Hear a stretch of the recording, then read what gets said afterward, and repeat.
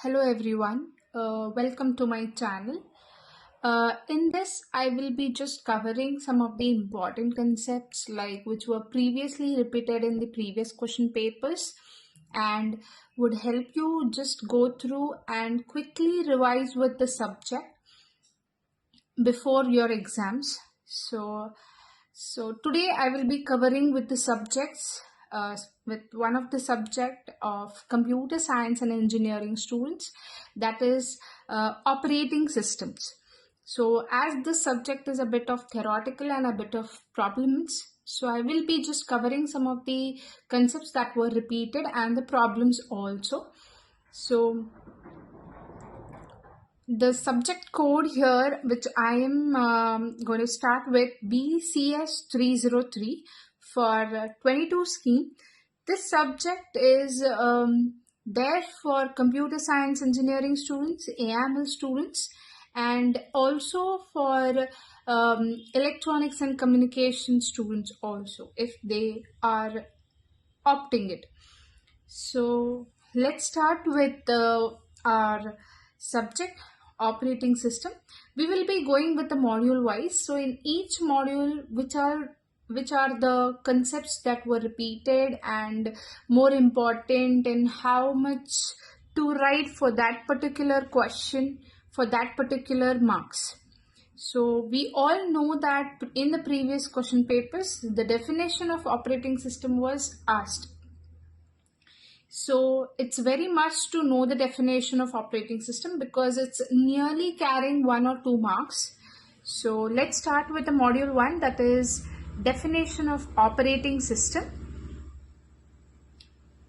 So it can be asked for either 1 marks or 2 marks. So when they have asked this question, so we all understand what is operating system now. So for this, I will just give you all one small example so that you people can remember the definition of operating system. We all know, or we have a switches at our home to switch on the bulb or the lights or tube lights, whatever you want to say that. When we want to on a bulb, we just press that button or the switch and it will be on. It's not that every time when you want to on the button, you keep on putting the wires or you connect the wires and then you are making it on, correct? So the same way your operating system is also. Okay, so your operating system is a system software that is all being used to handle all such interaction between the hardware and the user. So that is how when you switch on the button, the internal things that is done, the connection of the wires and the flow of the current to your bulb, that is all being maintained by your wires, which is already there internally. The same way your operating system is also. Okay, so now you can easily define what is operating system. It's nothing but a system software that acts as an intermediate. Okay, that acts as an intermediate between user and the hardware. Okay, for this we have one diagram to understand. So whenever it is being asked, I prefer if the definition of operating system is asked with an easier type of question, then you can draw this diagram and just define. Or I usually prefer you people write the definition of the operating system along with this diagram. So which will help you to gain complete 1 marks or the 2 marks or whatever the question was asked with. Okay, so this is a sure question to be asked, what is operating system. So we have a diagram here for the definition. Okay, along with the definition, I prefer you people draw this diagram. Now how to remember this diagram? As for the definition, I have told you all, it's an intermediate. OS is an intermediate between the user and the hardware.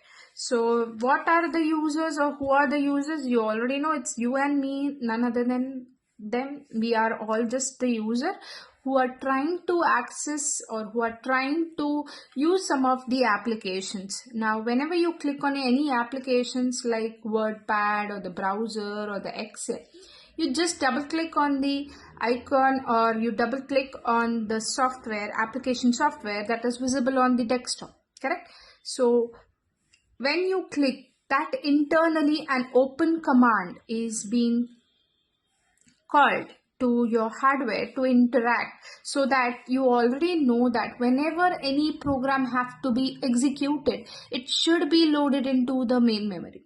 So your main memory all lies with your hardware, and that loading of this program to your main memory is done by your operating system.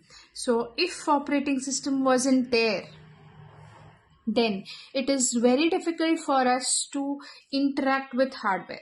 It is no doubt that we can interact with the hardware without the OS. Okay, so but the thing is, it's a very complex part. Why it is complex? Because we have to write the code that should interact with the hardware, like assembly language. Okay, so those codes are a bit complex and lengthier. So to avoid that complexity, there is a system software that has been written, that is operating system, which will interact with the hardware without any coding each and every time for whatever the application you want to use. Okay, so is the definition of the operating system clear? Okay, now next we have a second question, or we can say a second concept, that says computer system organization.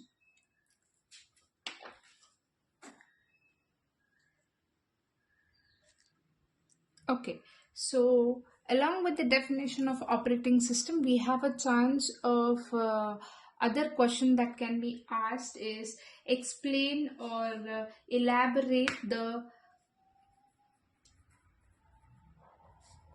computer system organization. So these together, they can ask for 10 marks or say 8 marks. Okay, so when they ask along with this, you know already how to write the definition of operating system now. So for computer system organization, now what to write in this part of question? Here we all know it's a organization that we are going to explain about. Now whenever I say an organization, a general meaning of organization, it says that any system or any institute, okay, it's organized, it's well organized, and that is what called as an organization.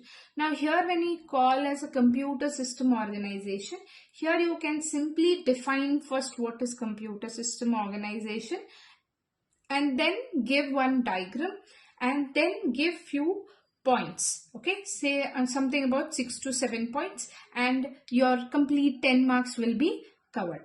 Now computer system organization can be defined as nothing but a modern general purpose computer consists of one or more CPUs and a number of device controllers connected through a common bus that provides access to the shared memory.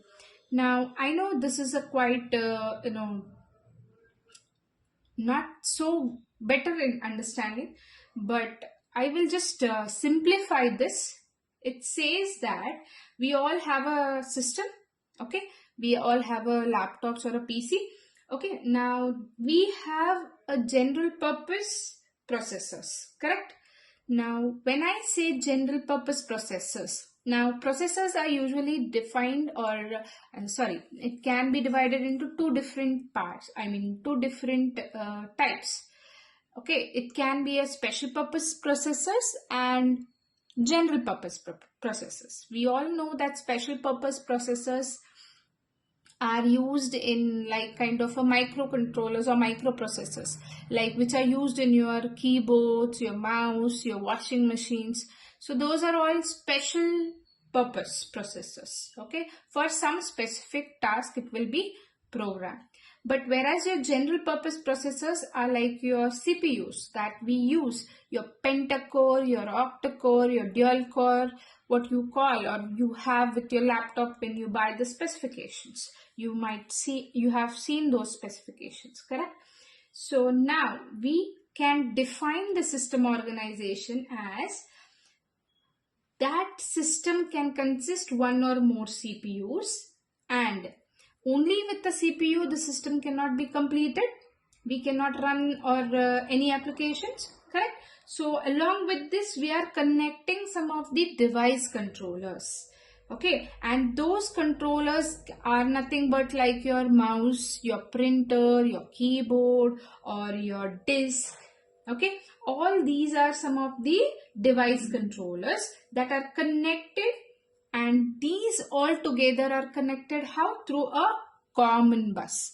Okay, now when I show you the diagram, it will be very simple to define this computer system organization. Okay, so this entire organization that are connected through a common bus can define your computer system organization. So the diagram, so definition carries 1 marks, your diagram might carry 1 marks, and then the few points that I will explain will be carrying the remaining marks. Now here we have a diagram.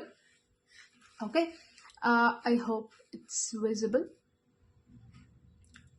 Yes, so this is the diagram that you need to draw for computer system organization. We all know what computer holds. It holds a CPU, it holds a mouse, keyboard, printer, your monitor, correct? So this all together is connected through a that common bus, what I call, that is nothing but a system bus, and that bus is provides an access to the shared memory.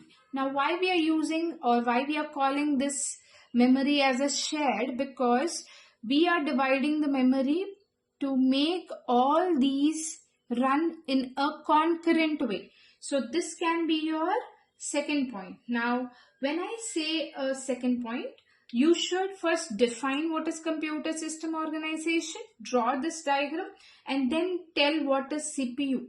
Okay, the CPU is nothing but it consists of a motherboard, or it's a small chip where all your programs are written to perform many different tasks.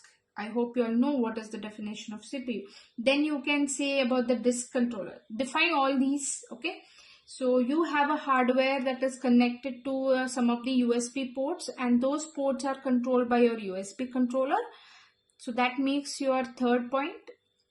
Mouse, keyboard, printer and all. Then along with the graphics adapter or the video adapter, so you have a monitor connected so that you can view everything on the screen, correct? Okay, then now all these are connected through a common bus, as I said, and that bus is nothing but your system bus. Now CPU and all these device controllers can execute concurrently, or in a general way I can say they can execute parallelly. Okay, now how are they able to execute parallelly? Because of the memory that is being shared to those all. Okay, so we are dividing this memory and sharing some part of the memory to the CPU, some part of the disk controller, some part to the USB controller. So this makes your fourth point.